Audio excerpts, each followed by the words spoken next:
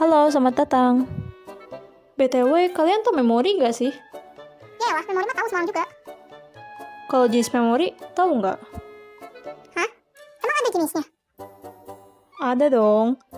Gak tahu kan? Ya udah, aku jelasin deh. Tapi sebelum kita masuk ke jenisnya, kita harus tahu dulu, memori itu sebenarnya apa sih?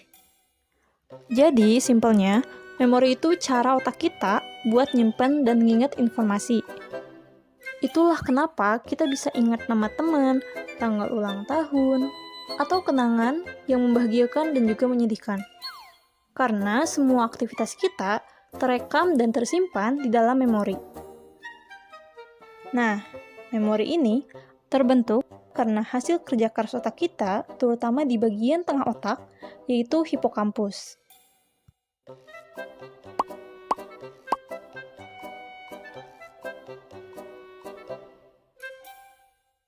Tapi, ternyata otak kita itu teamwork banget. Jadi, nggak cuma hipokampus aja yang kerja. Ada juga bagian lain yang ikutan bantu, kayak amigdala, cerebellum, dan prefrontal cortex. Jadi, bisa disimpulkan kalau hipokampus itu adalah pemeran utama dalam penyimpanan memori. Tapi, dia nggak kerja sendirian. Dia tetap butuh tim yang lain biar semuanya berjalan dengan lancar. Nah, sekarang kita akan masuk ke main topiknya, yaitu jenis-jenis memori. Secara umum, memori dibagi menjadi dua, yaitu short-term memory atau memori jangka pendek, dan long-term memory atau memori jangka panjang. Kita bahas yang pertama dulu, yaitu memori jangka pendek. Short-term memory atau memori jangka pendek adalah kemampuan otak kita buat nyimpen informasi dalam waktu singkat. Biasanya cuma sekitar 15-30 detik. Jadi, ini tuh kayak catatan sementara di otak kita. Dia nyimpen info yang baru banget kita dapat, tapi cuma sebentar. Contohnya, kamu dengerin teman kamu nyebutin nomor WA 08123456678. Kalau kamu nggak cepat-cepat nyatat atau ulang dalam hati, biasanya lupa dalam hitungan detik, bukan? Nah, seperti itu cara kerja memori jangka pendek. Jadi, memori jangka pendek itu gampang banget hilang. Kalau kita nggak ngulang-ngulang atau beneran merhatiin, infonya bisa langsung hilang dari kepala. Terus, bagian otak mana sih yang ngatur memori jangka pendek ini?